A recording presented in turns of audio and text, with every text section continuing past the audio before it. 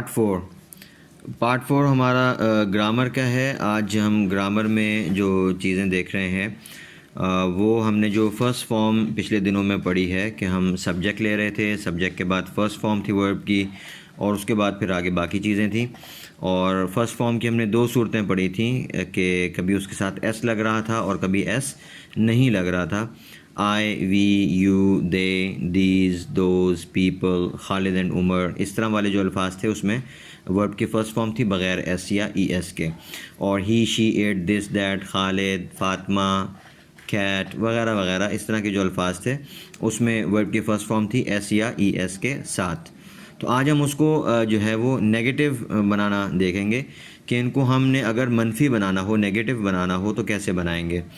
तो जहाँ वर्ब की फ़र्स्ट फॉर्म थी बग़ैर एस या ई एस के, तो उस फर्स्ट फॉर्म से पहले हम क्या लगा देंगे, डू नॉट। उस फर्स्ट फॉर्म से पहले डू नॉट लगाएंगे। और जहाँ पर वर्ब की फ़र्स्ट फॉर्म के साथ एस लगा हुआ है, हम क्या करेंगे कि वर्ब की फ़र्स्ट फॉर्म के साथ एस या ई एस को हटा देंगे और उसके शुरू में डज़ नॉट लगा देंगे। ठीक, आगे मिसालें हैं, इनको देख लीजिए।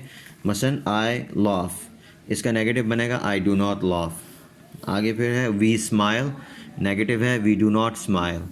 ही रन्स, तो इसका नेगेटिव बनेगा he does not run. She cooks food, इसका नेगेटिव बनेगा she does not cook food.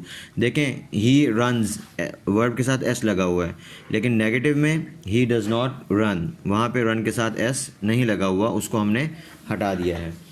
इसी तरह जो आगे मिसाल है दूसरी, शी कुक्स फूड, यहाँ पे शी कुक्स, कुक्स में एस लगा हुआ है, लेकिन जब हमने नेगेटिव बनाया तो she does not cook, cook के साथ वहाँ पे एस नहीं लगेगा।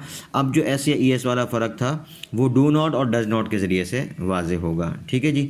अब आपके पास ये कुछ मिसालें हैं, इंग्लिश के जुमले हैं, इन्हें आपने उर्दू में ट्रांसलेट करना है। फिर कुछ उर्दू के जुमले हैं, उन्हें आपने इंग्लिश में ट्रांसलेट करना है। इंग्लिश के जुमले देख लीजिए। They do not break the law, he does not hide your copy, we do not lock this room at night, they do not obey their parents, he does not pray to Allah।